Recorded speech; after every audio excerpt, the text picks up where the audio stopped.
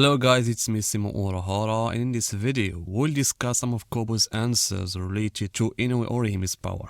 And this is a good chance for me to talk about Orihime's power since I have never talked about it before. That's why in this video we'll talk a little bit about Orihime's character and what are the differences that have between the manga and the anime, and then we will go in detail about her power taking into account the answers of Kubo. So Orihime, some fans have criticized her as a mere tool used by Kubo to boost Ichigo's power in his fights. Add to that her habit of repeatedly saying Kurosaki-kun during fights has further fueled this perception. But in reality, these are surface level details that do not truly capture the essence of who Orihime is as a character. To be frank with you, even though I am a fan of the first season of the anime and still a fan of it, I have noticed that there were certain decisions made by the studio that seemed to intentionally distort Orihime's character to direct the view of the fans towards Ichigo's relationship with Rukia, which resulted the studio reducing the number of scenes that established Orihime's feelings towards Ichigo.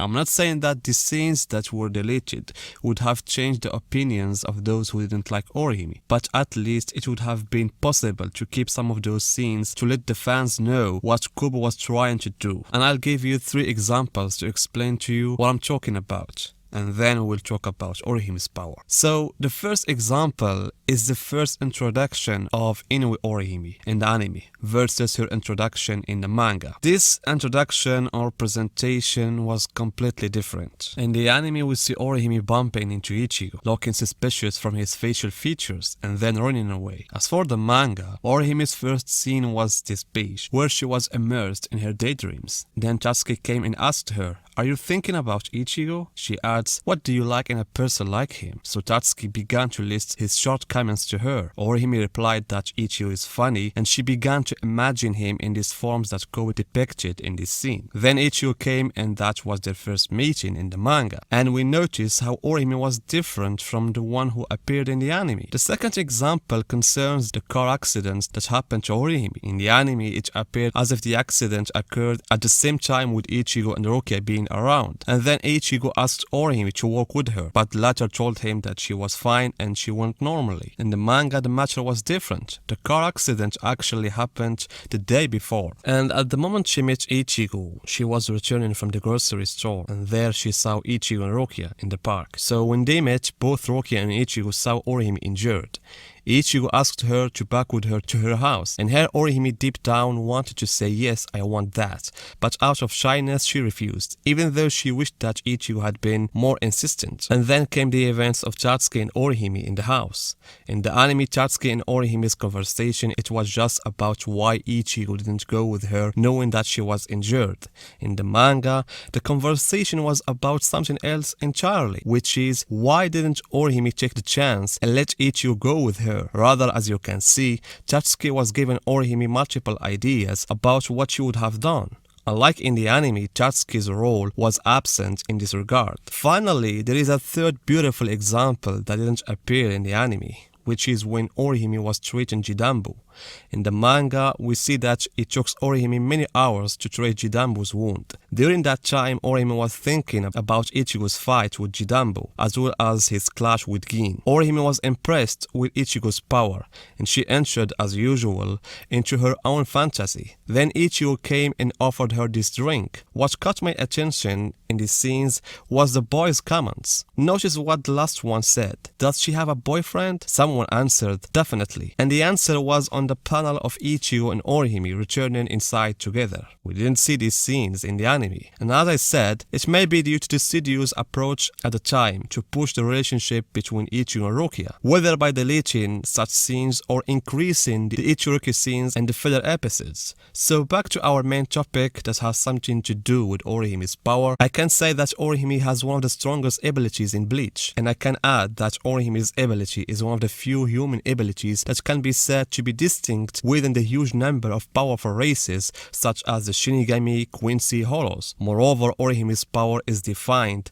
as a four-bring power. Urahara told Hisage in the novel that both Sado and Inoue's powers are four-bring. The only difference between them and the rest of the four-bring is that their powers were empowered by the Hogyoku that replaced Ryu's parts. Because as mentioned in the novel, the reason why the four-bring gained their power is due to the king's parts were present in their bodies while they were in their mother's womb. And those king's parts were what attract the Holos to attack their mothers. And Orihime's four-bring power is manifested in the hairpins her brother gave her as a gift. And we need the story of the pins in the events of Ichigo's fighting her brother Sora, who was turned into Holo after his death. But the power of the pins was activated in the events of the chapters of the Princess and the Dragon, which I consider to be one of the distinctive chapters that show the depth of Orihime's relationship with Tatsuki. In fact, I can see that the only time when Orihime was truly angry and has the will to defeat and kill someone is the time when that Holo harmed her friend Tatsuki. And Orihime's words were clear: I will show no mercy to anyone who harms Tatsuki, so that the six pins were formed in the form of six spiritual creatures that not everyone is able to see. And so they identified themselves as Shunshin Rika, and that their primary mission is to protect Orihime. Of course, if you noticed, the first scene had only 5 characters and the main speaker was Shuno. And Shuno was the one who explained to Orihime who they were and what their mission was. Then Tsubaki appears as the 6th character in the group, and he is distinguished by being the offensive power of Orihime's ability. Tsubaki, unlike the rest of the characters, has a rebellious personality through which he wants to make Orihime more solid so that he can be very effective. As for the rest of the characters, they are Hinaguku or something like that, and I'm sorry if I mispronounce his name.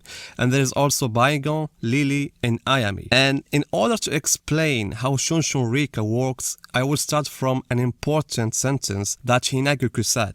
He said, "Our mission is to create a shield and reject." And this is arguably the basic ability of all Orihime's techniques. Every technique depends on creating a shield and then reject. Of course, creating a shield and rejection varies according to 3 types, so to speak. The first type is defensive, so that when there is any attack towards Orihime, she only has to rely on Hinaguku, Baigon, and Lily.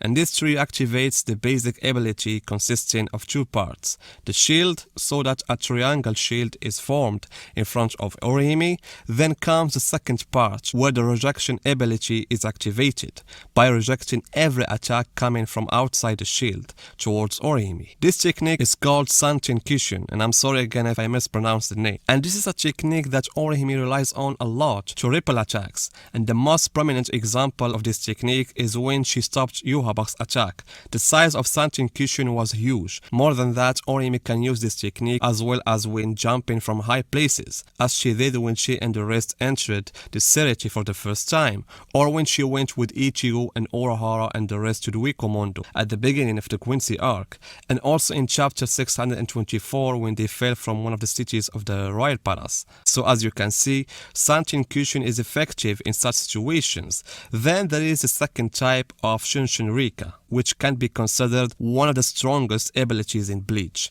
In fact, this ability is one of the main reasons why Aizen Sasuke brought Orihime to Las Noches. It is the healing type, in which it depends on Shuno and Ayami, so that they form a shield. And this, as we said, is a basic role in Orihime's ability. And then they reject everything that falls under that shield. And as Shuno said, they reject the destruction that occurs in the place over which the shield is. Of course, the ability of this technique is not like a normal healing, but rather something beyond that, because this technique rejects the thing that occurred and thus returns it to the position it was in before, where it was without injuries. Of course, there are many examples of this. We will not find anything better than what happened to Grimijo. Grimijo had lost his arm because it was cut off by Tosen, and this event happened and Orihime was not present.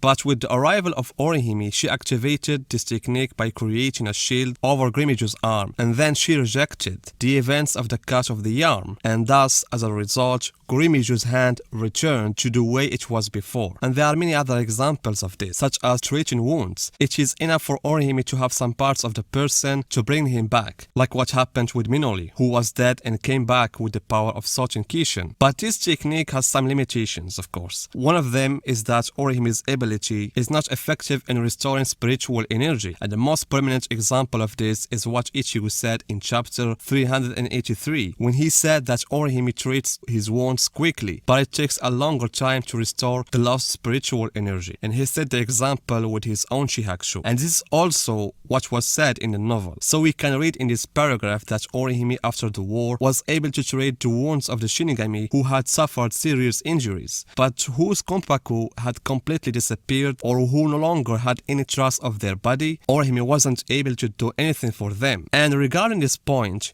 Kubo was asked why Orihime cannot treat spiritual power like she does with the wounds. Kubo answered that Orihime is able to treat visible things that can be physically touched. Therefore, her ability is not effective against invisible things. And here we will move to the third and final type in Orihime's ability, which is the offensive type. And that's why I want to return to this page, the page of the first appearance of Orihime's power. And I can tell you that this page, it gave us a general idea about the mechanism of Orihime's power. And if you notice that all of Orihime's power were grouped except for Tsubaki, the offensive power. And Shono said, "We are here to protect you." And so Orihime took this protection from the angle of her personality. Her fragile and emotional personality is incapable of harming others, rather protecting them even if they are enemies. And this is why the concept of attacking and making a reaction in order to harm others is a difficult thing for Orihime's heart to accept. Though Orihime has very powerful offensive ability if we look closely at its mechanism. And unlike the rest of the other types, the offensive power is based on one character, which is Tsubaki. And Tsubaki has the ability to form an attack towards the enemy and then form a shield inside it, capable of rejecting the union of the matter that makes up the body that attacked him. And this is exactly what happened to the hole that Orihime attacked. And as you can see, Tsubaki's ability to reject the union of the matter in itself is terrifying. But Orihime's problem, as I said, is a psychological problem. The fact that she is not prepared to harm others automatically makes her not good at using Tsubaki, who relies in his attack on Orihime's will to attack. And this was clearly noticed when Orihime wanted to attack the Shinigami that she faced in the Society arc. The Shinigami told her that her attack didn't carry any intention of killing, and therefore the attack was weak. And this is also what Tsubaki told her. And once again, the matter was repeated in front of Yami, and the latter destroyed Tsubaki before Hachi returned him to her. And based on this point as well, a question was asked to Kubo, and Kubo answered the reason why Tsubaki is being rebellious has something to do with Orihime's hate of fights, which makes Tsubaki not that effective in battle. And maybe Orihime's words at the end of chapter 546, which was before the beginning of the second invasion, it clearly shows Orihime's philosophy. Orihime was at the time in the Wikomondo with Urahara and Sado, so she said that she is a human in the Wikomondo and working to help the Hollows as well as the Shinigamis, and therefore she wished that this matter would remain like this, where they would help each other in a framework of respect. The funny thing is that Orihime mentioned these words in the midst of their preparation for the second invasion. It remains to point out, guys, that Orihime developed Chonshin Rika and made a fourth type, which is a combination of the first and the third type, attack and defense, and she used it for the first time against Ginjo in the Fullbring arc. In the beginning, the shape of the technique was triangle with Tsubaki in the middle, but in the first episode of the anime, the second season, Kubo modified the form of the technique to become this form, which is suitable for using 4 pins. In the end, guys, tell me what you think about Orihime's power in the comments and Orihime in general, and see you guys in my next video.